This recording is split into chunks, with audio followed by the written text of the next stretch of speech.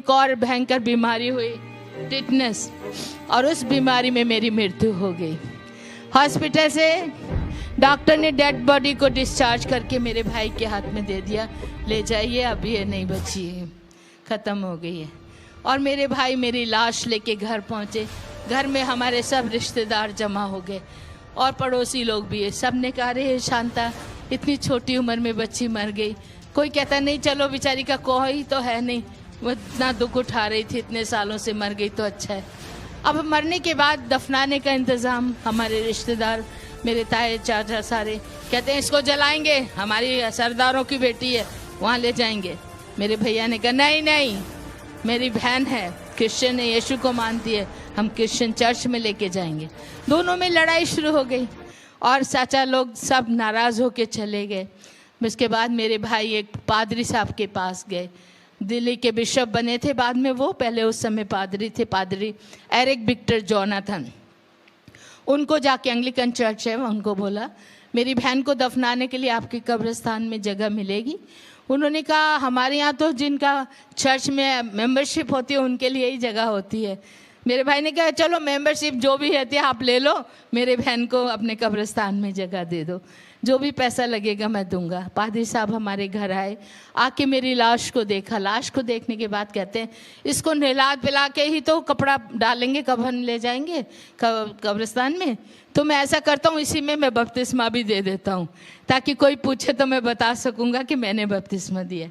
और उन्होंने हमारे घर में एक बड़ा वाटर टैंक था, उसमें बपतिस्मा भी दे दिया और कफन बॉक्स लेके आ गए, कपड़े सफ़ेद ला के मुझे पहना दिया गया और मेरी लाश को सजा के रख दिया।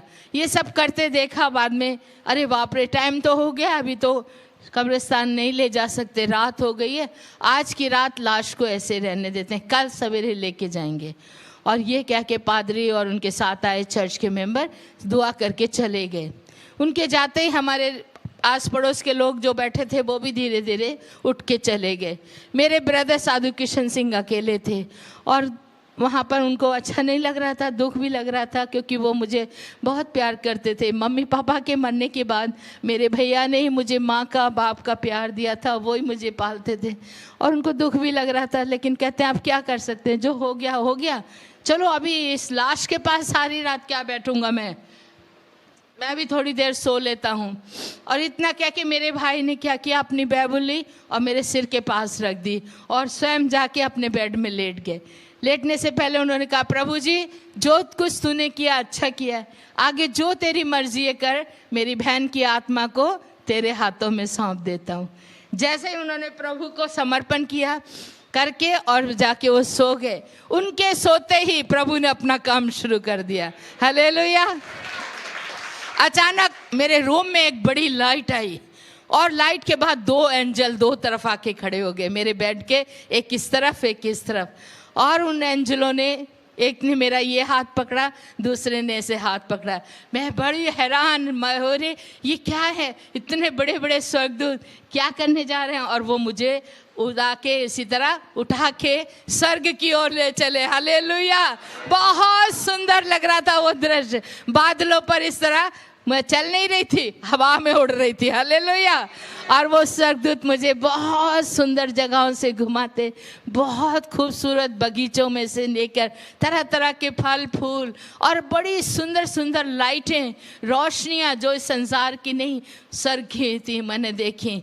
और वहाँ बहुत से लोग सफ़ेद वस्त्र पहने, सिरों पर सोने के मुकुट लगे, प्रभु की महिमा स्तुति आदर सम्मान कर रहे। उन लोगों ने मुझे देखा, सब खुशी से मेरा आदर कर रहे। मैं हैरान, अरे ये लोग मुझे जानते हैं क्या। और वो उनको देखते देखते फिर प्रभु का दास लोग, स्वर्गदूत लोग मुझे एक बड़े से सोना का भवन था उसके सामने ले गए। वहाँ की सड़कें भी सोने की थी और उस पर चलकर हम उस बड़े हॉल के सामने खड़े हुए जाकर, और हॉल का दरवाज़ा अपने आप खुल गया, वो भी सोने का दरवाज़ा। अंदर देखा तो बहुत रोशनी, पूरी लाइट से भरा हुआ था। और फिर लाइट को थोड़ा ऐसे करके अंदर जाके देखती हूँ, इधर भी 12 सिंहासन, इधर भी 12 सिंहासन, उन पे कोई बैठे हुए थे। बीचों बीच में एक बहुत बड़ा सोने का सिंहासन था और उस सिंहासन पे यीशु मसीह बैठा था। हालेलुया। और मुझे उनके सामने ले जाके खड़ा कर दिया गया। पवित्र पवित्र सामर्थ्य परमेश्वर, युगानुगन जीवता परमेश्वर, ऐसे तरह था कि मैं वहाँ पर प्रभु के दूतों के द्वारा उनकी महिमा को सुन रही थी। जब मुझे सामने प्रभु के चरणों में रख दिया, स्वर्गदूत मुझे रख के पीछे हट गए और प्रभु का हुक्म सुनने के लिए सब लोग शांति हो गए, ऐसे देख रहे थे। मैं नीचे पैरों को देख रही थी प्रभु के, और मेरा मन खुशी से झूम रहा था। अरे वाह, मैं कितनी भाग्यशाली हूँ, मुझे सीधा स्वर्ग में प्रभु के चरणों में आना पड़ा है।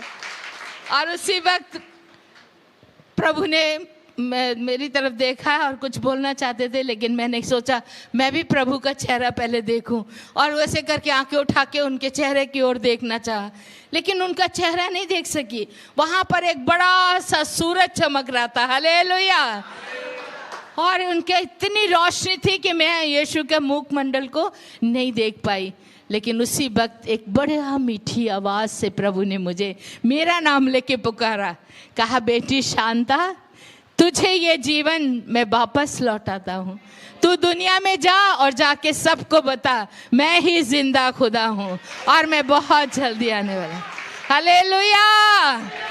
ये था, मुझे प्रभु ने दोबारा जीवन दिया।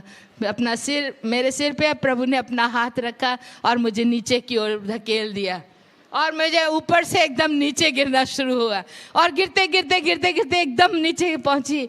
जैसे ही मैंने पैर जमीन पे रखे, आंखें खुल गई। आंखें खोल के देख रही हूँ मैं कहाँ हूँ, कहाँ आ गई। देखा तो वो मेरा ही बेडरूम था, लेकिन कैसे गिरी हूँ, कहाँ से गिरी हूँ। फिर ऊपर की तरफ देखा तो ऊपर आकाश खुला हुआ नजर आ रहा था। हालेलुया।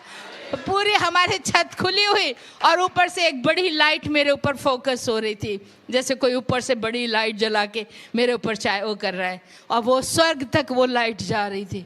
और उसे देखते ही मैं जोर जोर से अपने भाई साधु किशन सिंह को बुलाना शुरू कर दिया, भैया जल्दी आओ, भैया देखो स्वर्ग खुला है, प्रभु जी मुझे वापस दुनिया में छोड़ के जा रहे हैं। उन्होंने मेरी आवाज़ नहीं सुनी। मैं उनके पास जाके उनको उठाया, भैया उठो, भैया उठो। मेरे भाई आंखें बंद करके बोलते, कौन है तू, कौन डिस्टर्ब कर रही। मैं क्या, मैं शांता। कहते, ले शांता तो मर गई है, उसकी लाश उधर पड़ी है, तू कौन है, अपना नाम बता। मैं क्या, भैया मैं मर गई थी लेकिन अभी जिंदा हूँ, क्योंकि यीशु मसीह ने मुझे जिंदा किया।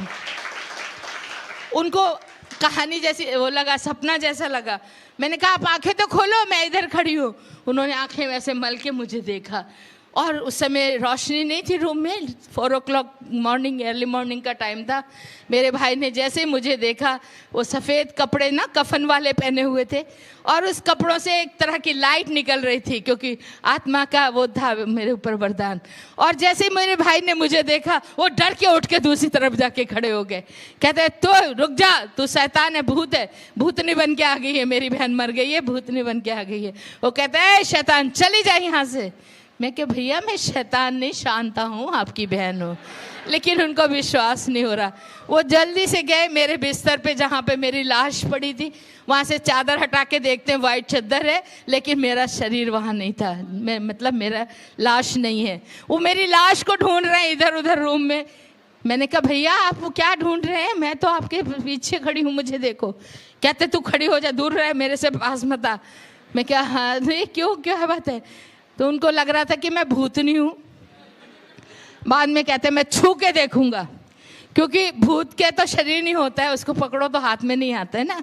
तो उन्होंने कहा, मैं छू के देखूंगा। मैंने कहा, ये लो देखो। मैंने ऐसे हाथ कर दिया, मेरे भाई ने डरते डरते मेरा हाथ पकड़ा। हाथ पकड़ते ही उनके हाथों में मेरा उंगलियों का स्पर्श हुआ, और वो कहते, अरे सच में तू तो शांता ही है। मैं क्या, वही तो मैं कह रही हूँ, मुझे यीशु मसीह ने जिंदा किया है।